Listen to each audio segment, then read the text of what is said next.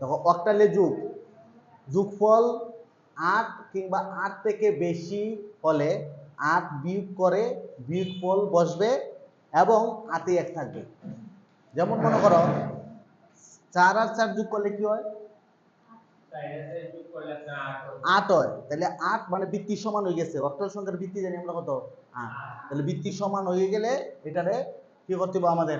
বিয়োগ করতে হবে। দেখো 8 থেকে 8 বিয়োগ করলে কি হবে? 8 থেকে 8 বিয়োগ করলে 0। 8 থেকে 8 বিয়োগ করলে 0, হাতে তোমার কি থাকবো? 1 থাকবে। যখনই তুমি বিয়োগ করবা তখনই তোমার হাতে থাকবে। হাতের একটা বসাই দিলে তুমি অক্টালের সংখ্যা পাই যাবে। তাহলে 8 মানে কি? 10। 8 মানে অক্টালে এটা 10 হয়ে যায়। ভিত্তি সমান হয়ে গেলে 10 হয়ে যাব। দেখো 8 4 + 4 8।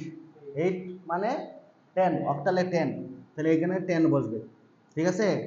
আচ্ছা 5 + 6। 5 + 6 কত হচ্ছে? 11। 5 + 6 11। 11 কত থেকে বেশি? 8 থেকে বেশি। 11 8 থেকে বেশি হইলে কি করবে তুমি? এই দেখো 8 বিয়োগ করে দাও। 8 থেকে কত বেশি? 11 3 বেশি। এখানে 3 বসাও। মানে 11 থেকে 8 বিয়োগ করলে 3 থাকবো। হাতের 1 থাকবে। আবার যেহেতু তুমি 8 বিয়োগ করছো, হাতে 1 থাকবে।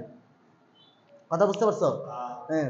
11 থেকে 8 বিয়োগ করলে 11 থেকে 8 বিয়োগ করলে 3 থাকবো। 11 থেকে 8 বিয়োগ করলে 3 থাকবো। যখন 8 বিয়োগ করছো তোমার হাতে 1 থাকবে। তাহলে 11 মানে কি? 13। অক্টালে 13। অক্টালে এটা কি হবে? 13। তো 13 এ কত বসবে? এখানে 13 এ 13 বসবে। ঠিক আছে? এটা অক্টাল যোগফল। দেখো 6 + 7। 6 + 7 কত হচ্ছে? 13। 6 + 7 কি হচ্ছে? তোমার 13। 13 8 থেকে বেশি। 8 থেকে বেশি যেহেতু 8 বিয়োগ করো। 8 বিয়োগ করলে কত হবে? 5। 5 লেখো। যেহেতু 8 বিয়োগ করছো, হাতে তোমার 1 আছে।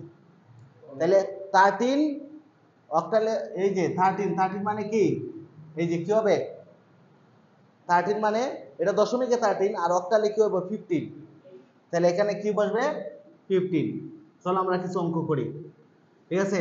দেখো 1 2 3 3 4 5 অক্টাল নাম্বারের যোগ, অক্টালের যোগ।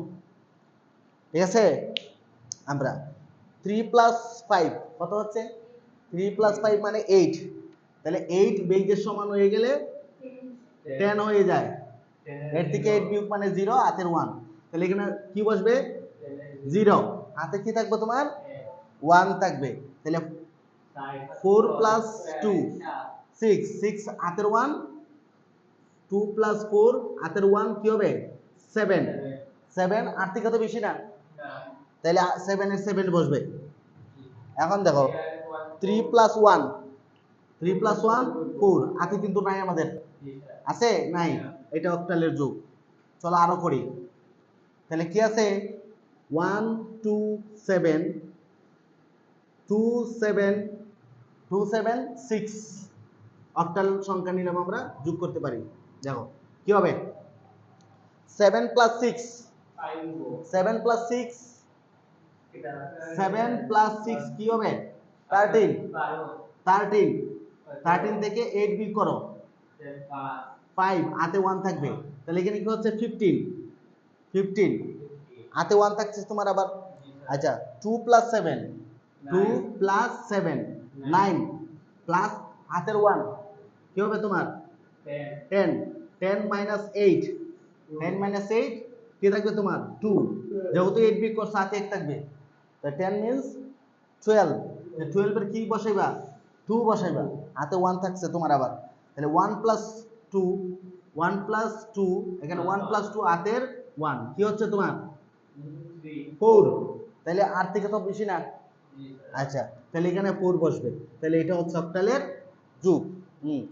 যদি আরো করি আমরা, প্রশ্ন করো। 8 এর সমান হইলে 10। 8 এর নিচে যা আছে তাই থাকবে। 8 এর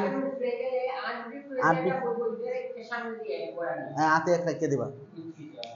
ঠিক আছে? 8 এর সমান হইলে জিরো বসাইবা হাতের এক থাকবো, আর থেকে বেশি হইলে যত বেশি তত বসাইবা হাতে এক রেখে দিবা, ঠিক আছে? আর আর থেকে কম হইলে যা হবে তাই বসাই দিবা। দেখো আরো নেও, আরো যদি যোগ করি আমরা, দেখো 3 4 5 6 7 6 7 4, যে কোনো সংখ্যা দিতে পারে তোমার এই অক্টাল, খালি এখানে 8 থাকবে না, কারণ বেজের সমান কোনো অঙ্ক নাই অক্টালে, 8 এর সমান কোনো অঙ্ক নাই। হ্যাঁ নাই, 5 plus 4, 5 plus 4 equal to 9, base থেকে বেশি, বেজ তাহলে কি কি হবে এখানে? তাহলে এখানে থাকছে তোমার 1, হাতে 1 থাকতেছে, তাহলে 11, 11 এর কি 1 বসবে, হাতে 1 থাকবে। 4 প্লাস 7 প্লাস হাতের 1 কি হবে? 12, 12 মাইনাস 8 কি থাকবে? 4, হাতে 1 থাকবে, তাহলে এখানে কি বসবে? 4, হাতে 1 থাকছে তোমার, আবার এখানে নাও 3 প্লাস 6 হাতের 1 কি হবে? 10, 10 মাইনাস 8 কি থাকবে? 2, হাতের 1, তাহলে 12, তাহলে 12 বসাই দিবা এবার। বুঝতে পারছো কিনা? আরো দেওয়া লাগবে?